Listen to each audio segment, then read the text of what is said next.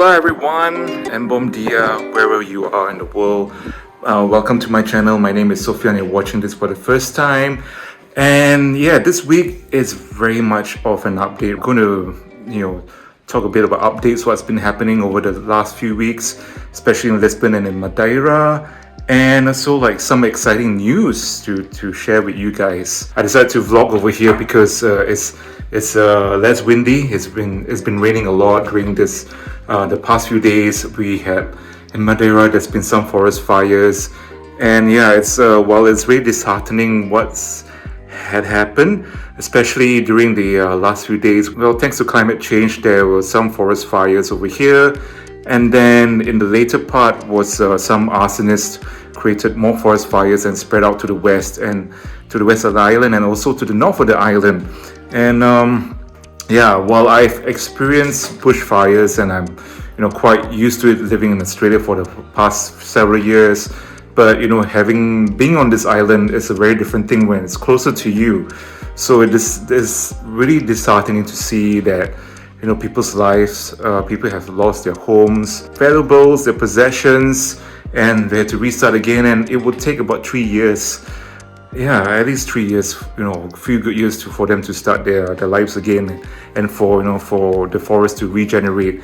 And as some of you may understand that in Madeira, or in Portugal in general, they grow quite a lot of eucalyptus trees, which for me is kind of nice because it reminds me very much of Australia.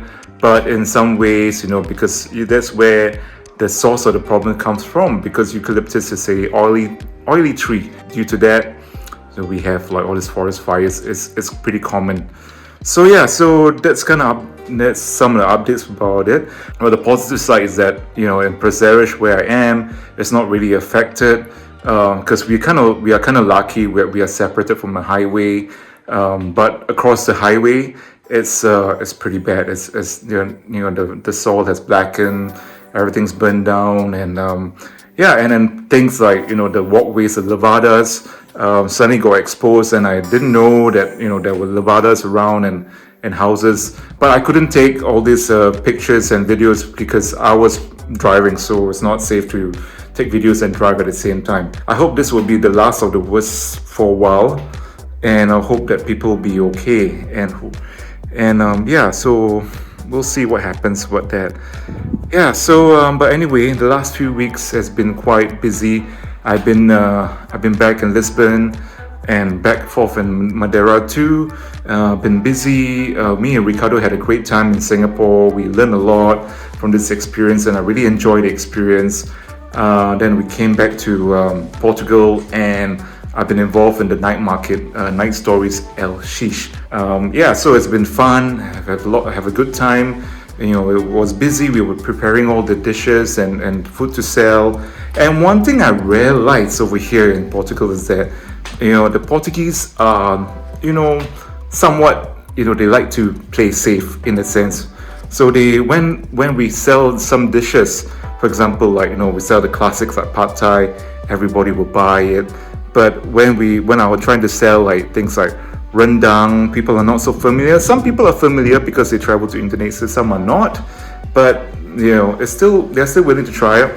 But there was one dish I tried to do, like mee soto. It wasn't selling well at all, and the only way I could do is reframe it saying chicken noodle soup. Then sales starts to happen. And so things like I cannot say chicken curry puffs or sardine curry puffs, so people cannot relate over here, or epok epok. So the only way I can say is chicken empanada or chicken pastéis. Then that's where the sales come from. So I thought that was interesting, how we have to reposition our words in order for the locals to be more open and to try out different things. So yeah, but speaking about more open and trying out different things, here's another update that so I'm excited to share with you guys that my dearest friend Ploy is going to do a pop-up over here on Madeira Island, and I'm coming in to support her. And this is very exciting because it'll be probably the first time that Madeira actually get to taste real authentic Thai food cooked by a good Thai chef. So I'm really excited for that because yeah, one of the things I realized in Madeira, there are a few Asian restaurants over here, but this is the thing I don't quite like. And coming from my perspective, especially when I lived in Australia, so when I see restaurants, Asian restaurant that has, they say selling Thai food, Nepali food, Indian food, and Japanese sushi, I think like, oh my god, this is a recipe for disaster. And always it's been the case that the food is not that great.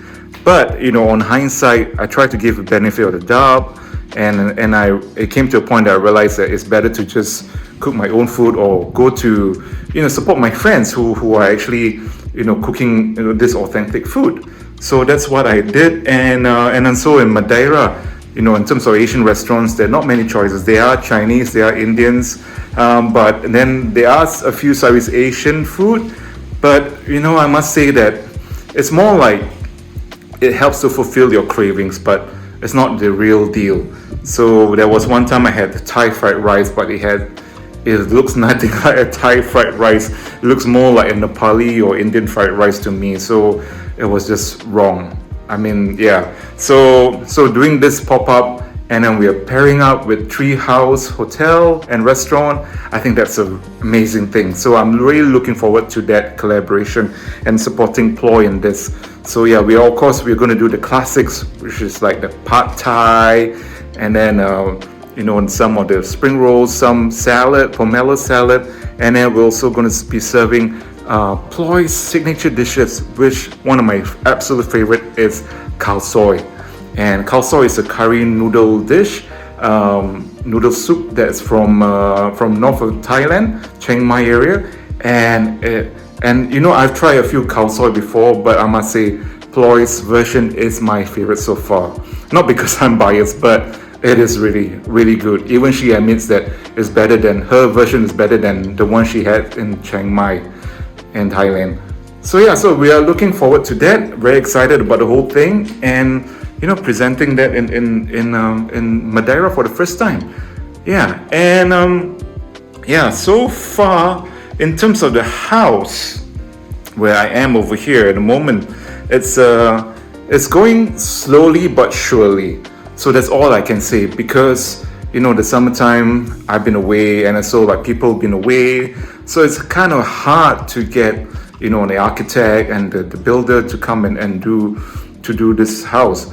And also the fact that Madeira is growing rapidly. So a lot of design companies, architects companies have been booked for developments, and so involved in the new and upcoming Madeira hospital, which is a very huge hospital. And I mean, while on one hand it's good to see that the island's busy, but on the other hand it's like, oh my gosh, it's so hard to secure anybody.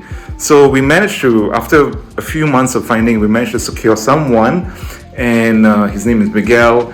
He came by over to have a look, and he and his team, they came to have a look at they do the topography around the area, which was nice. And so things are happening, but of course, this is Portugal. We have to be patient about it. But yeah, it's happening at least. So something's happening, and I think by the time we'll get the drawings, and we'll get the permission from the Cameron Municipal, which is the region city hall. It will take a few good months, and once it's approved, I think likely it's going to happen early next year or so. So a lot of things happening, and then with my garden space, and I'm sure some of you might be curious about it. With my garden space, I don't think it's going to happen so soon, only because of the renovation. When you do renovation, you need somewhere to put your materials that you purchased, and so dump the materials. You need somewhere to put these places. So I'm going to have to wait for a little bit, which is fine because I'm pretty busy on the things. By the time I start to plant some seeds and bring seedlings over to this part of the island, it's going to probably be around late next year or something like that. Yeah, I think depending on the progress and how long it will take. And then speaking about that, I've got another update. Yeah, I think this is something really exciting and very personal for me, and it's something that I've never expected.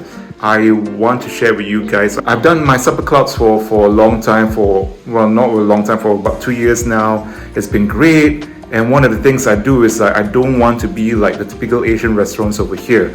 So what I do is I serve Southeast Asian food, because part of it is to create awareness about, Southeast Asian food is not just Thai food, but there's more to it.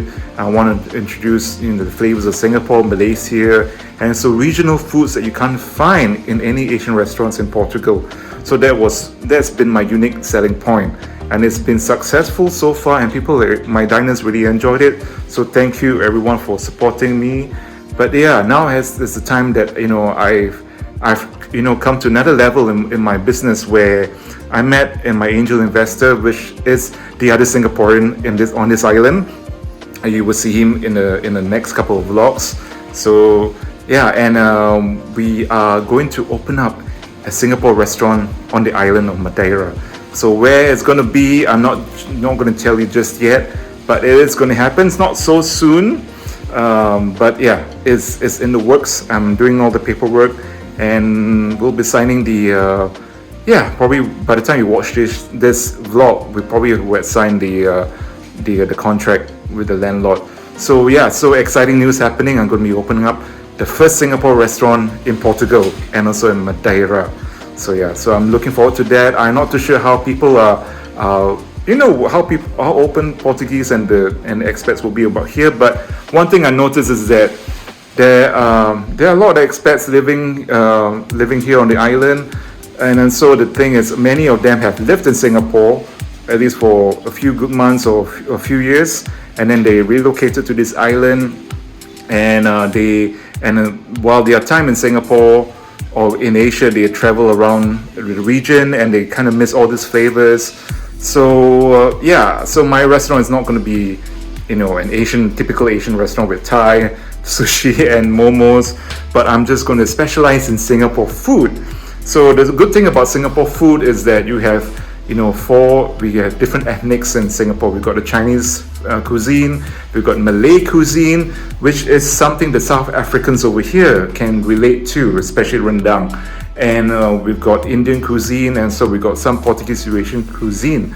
So yeah, so it's going to be focused on Singapore restaurant, and I'm going to share dishes that are popular in Singapore. Yeah, I'm not too sure how this is going to go in terms of opening a Singapore restaurant, because I'm sure that most Portuguese are used to Thai spice. So, but hopefully it'll be a good one. It'll turn out quite good. So yeah, so I'm excited about it. So I'm actually going to go to Singapore next month, and part of that trip is actually to go to get some stuff and get some inspiration, some accessories and decor for the restaurant. So that would be pretty exciting. And thanks to our private donor sponsor Steve, who's sponsoring mine and Ricardo's trip to Singapore. So yeah, so I'm not going there on my own. I'm actually going with Ricardo, and this time we're again doing another pop-up in Singapore at Moonstone Bar again. Yeah, so it's nice to know that Moonstone, enjoy working with us, and we enjoy working with them. And also they say that we have one of the best pop-ups they had in the bar. So yeah, so thankful for that. Yeah, thankful for everyone who come support. And then not only that, I'm also going to be involved in a panel discussion in the Singapore Writers Festival. So I'm pretty excited about that. I'm going to be one of the people talking about, we're going to talk about food influences in Asia, and especially with the Portuguese food influences. And so we got two Singapore speakers, one Portuguese speaker, and me from Portugal and Singapore. So we will share the stories of influencers, and I am the one that actually am doing it over here in Portugal. So I'll share from my perspective.